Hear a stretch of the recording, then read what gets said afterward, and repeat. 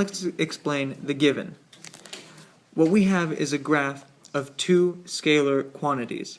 One is a force of 32.8 newtons, and the other is a velocity of 17.3 centimeters a second. The graph also gives us the angles at which they will meet, and from this we can find theta. Now let's identify the find.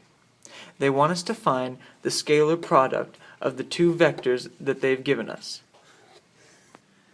So what I've done now is I've made a very similar graph to the one you have in your book, but please, for all intensive purposes, use the graph in your book.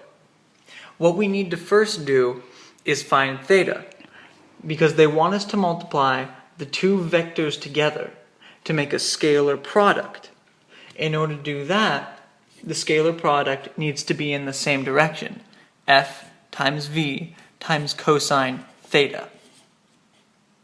So we need to find theta here. We know that this is 90 degrees.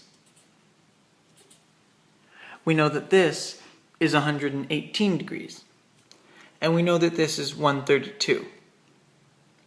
So 360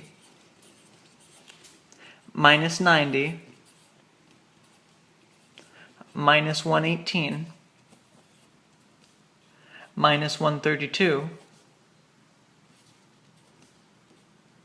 will equal theta.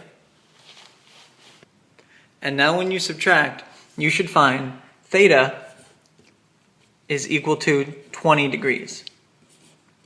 Now that we have a value for theta and a value for the force and the velocity, which is given to us in the graph, 32.8 newtons for the force and 17.3 centimeters a second, we can plug these values in to find the scalar product.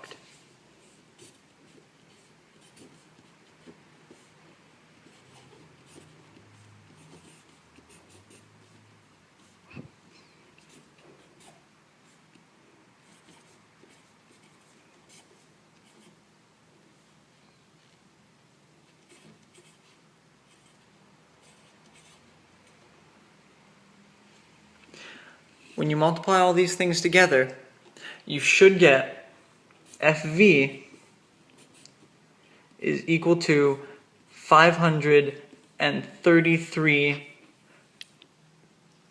watts, which is a force times the velocity. The reason we get 533 watts is because the velocity that we used was in centimeters a second. If we had changed this to 0.173 meters a second, the answer would have come out to be 5.33 watts, which is the answer in your solutions and the answer for this problem.